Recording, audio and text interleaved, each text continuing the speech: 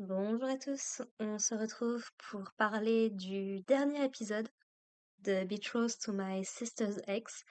Me demandez pas pourquoi, je m'étais persuadée qu'il y avait 13 épisodes, mais ça doit être sur une autre série que je suis en train de rattraper, je pense. Parce que je voyais pas vraiment qu'est-ce qu'ils auraient pu raconter de plus. Et cette fin était vraiment très très bonne, quoi. Vraiment. Oserais-je dire parfaite? Ah, j'aurais aimé en voir plus. Ils sont choupis. Alors donc dans cet épisode, on va avoir Marie, du coup, accompagnée d'Anastasia sous déguisement, de Louis Fon et de Mio et de Cyrus, qui va du coup aller confronter ses parents, faire un petit peu toute la vérité sur la vie qu'elle a menée, sur les sentiments de ses parents.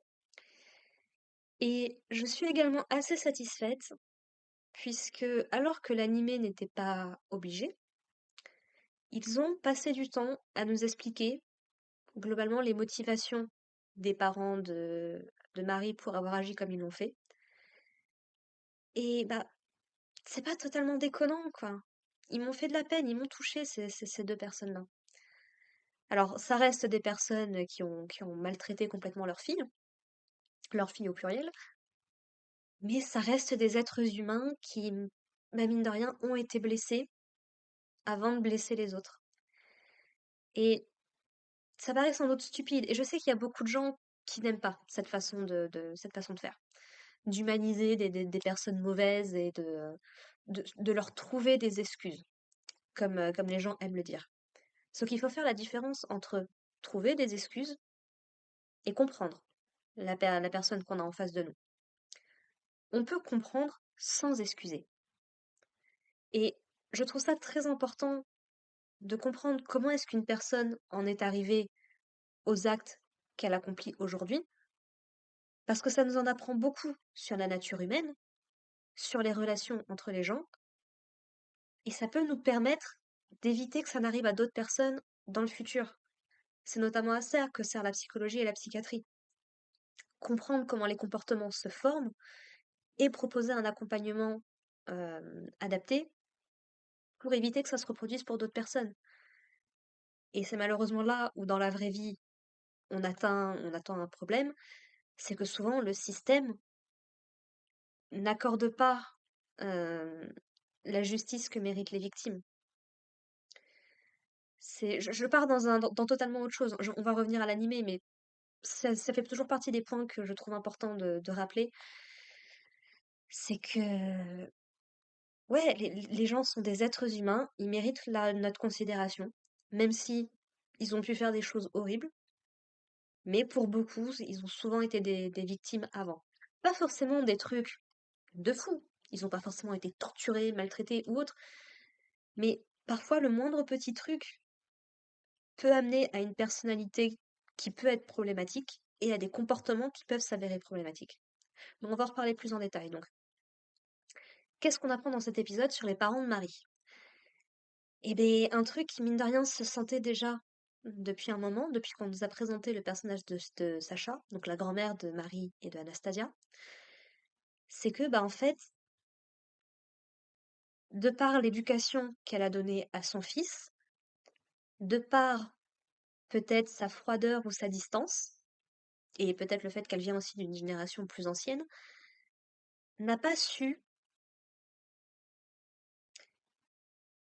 expliquer à son fils, bah, qu'elle l'aimait et qu'elle était fière quelque part de la personne qu'il était. C'est le père de Marie, ce qu'il attendait, c'était de la reconnaissance de la part de sa mère. Il estime que elle attendait rien de lui. Et il y a rien de pire que de ne rien attendre de quelqu'un. On peut se mettre en colère, on peut être super fier. Il y a rien de pire que juste l'indifférence. Se sentir. Ouais, c'est très très compliqué. Et donc du coup, c'est quelque chose que Cyrus, justement, va comprendre chez lui. Parce que je pense qu'au final, d'une certaine façon, il se reconnaît dans le père de Marie. Puisqu'on n'est pas revenu dessus depuis le début de la série, mais le personnage de Kyros a quand même pas mal subi aussi le rejet de sa mère par rapport à l'identité de son père, ce qui semble visiblement être un suicide de la part de sa belle-mère, du coup, et au milieu de ça, la reconnaissance de son père. Donc c'est un sentiment qu'il peut comprendre et je pense qu'à ce moment-là, il a réussi à comprendre le père de Marie, justement parce que c'est une situation qu'il a déjà connue lui-même. À la différence que, comme il avait sa mère qu'il a beaucoup profondément aimée, et qu'il avait des gens autour de lui pour le pousser vers le haut, ça l'a pas, il s'est pas laissé abattre par ça. Le problème, c'est que le père de Marie n'avait pas son père avec lui pour potentiellement contrebalancer la sévérité, je pense, de sa mère, qui elle-même était une femme dans un monde très masculin, mine de rien, assez dans tout ce qui est la gestion des terres, ou même quand elle était traductrice en termes pour l'armée. Et comme son mari est mort assez tôt, bah, le père de Marie n'a pas pu avoir ce soutien qu'il aurait pu potentiellement avoir. Et donc il a subi de plein fouet la sévérité de sa mère, qui ne pensait probablement pas à mal, puisque c'est ce qu'on avait appris dans le flashback de Anastasia concernant leur grand-mère, c'est que elle n'estime pas comme une faute d'avoir besoin de demander de l'aide, de ne pas être parfait à tous les niveaux. C'est notamment pour ça qu'elle prenait la place de son fils quand il s'agissait de rédiger des lettres, puisque son fils ne parlait pas le fralien. Mais du coup, il semblerait qu'elle ne l'ait pas suffisamment poussé à se dépasser dans ce domaine-là, que du coup, elle a pris pour elle la responsabilité de le faire à sa place, et que du coup, bah, une fois qu'elle était plus là, bah, il s'est retrouvé un petit peu en panique, à potentiellement risquer de tout perdre, globalement. Et c'est pour ça que le traitement de Marie a commencé. Et comme on l'a vu, la grand-mère Sacha, elle n'était pas non plus très très tendre avec Marie. C'était peut-être celle qui l'a traité le mieux au niveau des adultes, ça veut pas dire que c'était sans reproche non plus. On a la pauvre Marie qui était fiévreuse, qui devait continuer à apprendre des langues avant 5 6 ans. Alors oui, c'est une bonne chose d'apprendre des langues le plus tôt possible, mais ça lui a fichu énormément de pression sur les épaules. Et également par rapport à Anastasia, qui du coup a développé un complexe d'infériorité par rapport à Marie, qui était qualifiée comme étant la plus intelligente de la famille par sa propre grand-mère. Enfin, c'est tout un environnement très très toxique. Et concernant la mère de Marie, je dois bien avouer que la série m'a complètement surpris. Je ne m'y attendais pas, même si, encore une fois, ça explique pas mal de choses.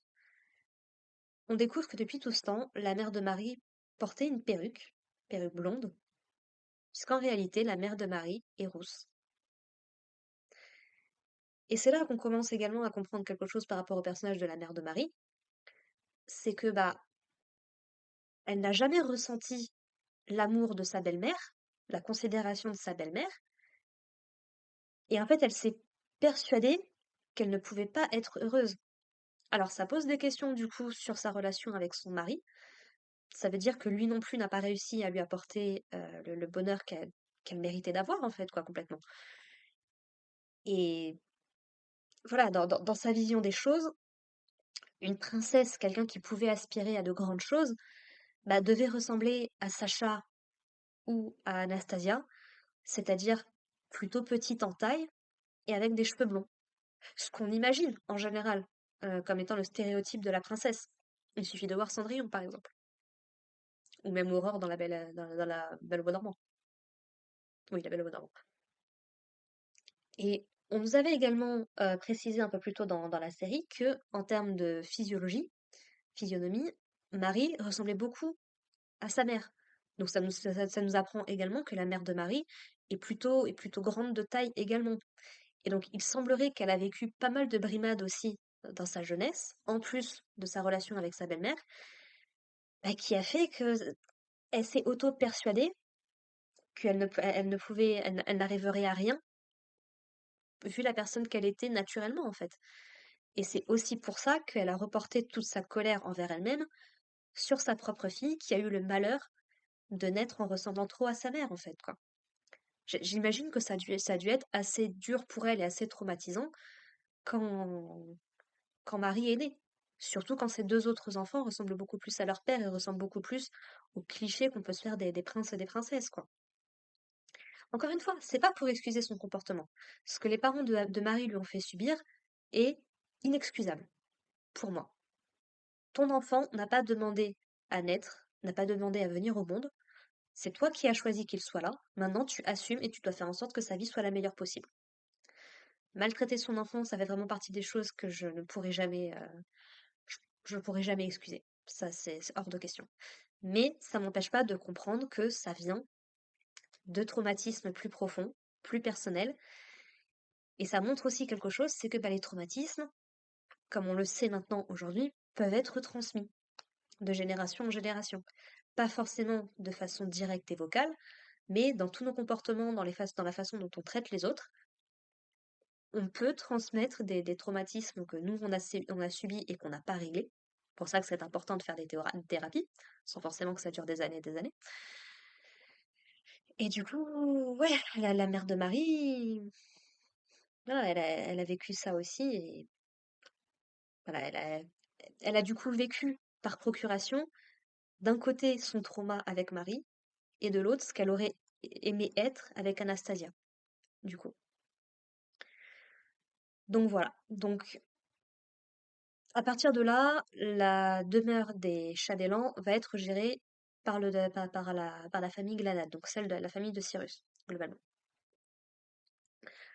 Donc c'est-à-dire que on a vidé un petit peu les affaires. Donc la mère de Marie n'a pas eu de punition particulière, parce que bon, elle reste que la femme du baron, donc voilà, elle a moins d'importance par rapport à tout ça. Mais du coup, Cédric, lui, est parti à l'Académie royale, à la capitale, donc il n'est plus à la maison. Et son mari également. En fait, ils ont forcé le père de Marie à retourner à l'école, en fait. Et d'un côté, je suis agréablement surprise qu'on donne les clés, du coup, à cet homme-là de devenir meilleur, de s'améliorer dans des domaines où clairement il avait des grosses lacunes. Par contre, on n'était pas obligé de le mettre dans la même classe que son fils. Ça, pour le coup, je trouve que c'est humiliant et que ce n'est pas valorisant. Non pas qu'il y ait quelque chose de mal à avoir des connaissances dignes d'un enfant, mais quand tu es un adulte, on n'est pas obligé non plus de te le faire sentir constamment.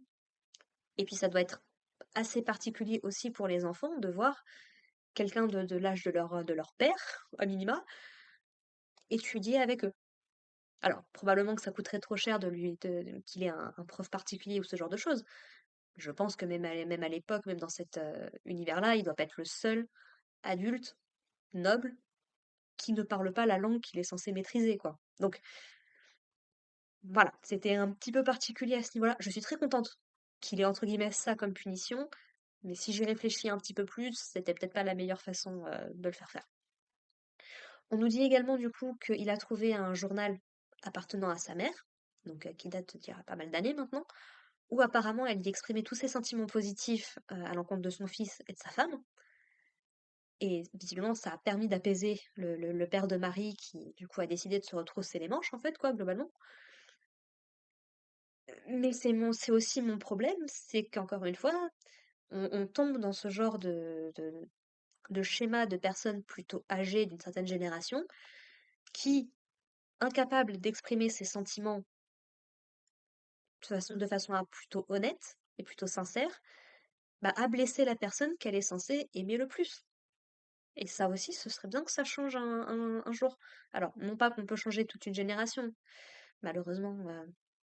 Et encore, quoique c'est peut-être un cliché, hein, ceci étant. C'est trop vieux pour changer. Ouais, vite fait. C'est qu'ils n'ont pas envie de changer, surtout. Mais voilà, en espérant du coup que les choses s'améliorent par la suite. Et on nous précise du coup que s'il arrive à obtenir son diplôme dans cette académie-là, eh ben, il aura potentiellement la chance de revenir en tant que serviteur, en fait, en tant que majordome, pour son propre fils.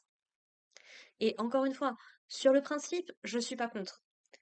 Comme essaye de nous le montrer la série et comme nous précise notamment Cyrus dans cet épisode-là, il n'y a rien de mal à aider les autres, à recevoir de l'aide et à ne pas se conformer nécessairement à une vision que les gens ont pour nous. Mais bon, le père qui devient domestique de son fils, encore une fois, je sais pas si c'est forcément une très très bonne chose, quoi. Mais bon. Donc voilà comment se termine l'histoire de tous ces personnages-là. On a Anastasia, du coup, qui retourne auprès de Monsieur Norman, qui du coup, donc apparemment, le comte, donc Cyrus lui aurait expliqué la vérité. Et du coup, bah, il accepte Anastasia pour qui elle est, en fait. Un truc que j'ai trouvé trop touchant. C'est un des points que j'aime bien avec les personnes un peu plus âgées, pour le coup. C'est toujours dans cette idée de ne pas exprimer directement ses sentiments. Ça peut avoir du bon et du moins bon. Mais du coup, il lui a commandé des outils pour qu'elle puisse travailler avec des outils adaptés à sa morphologie, en fait.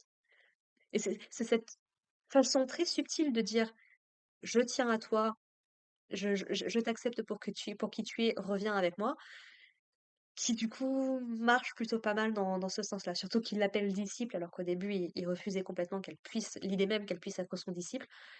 Donc voilà, je trouve ça mignon, comme quoi je sais aussi faire la part des choses.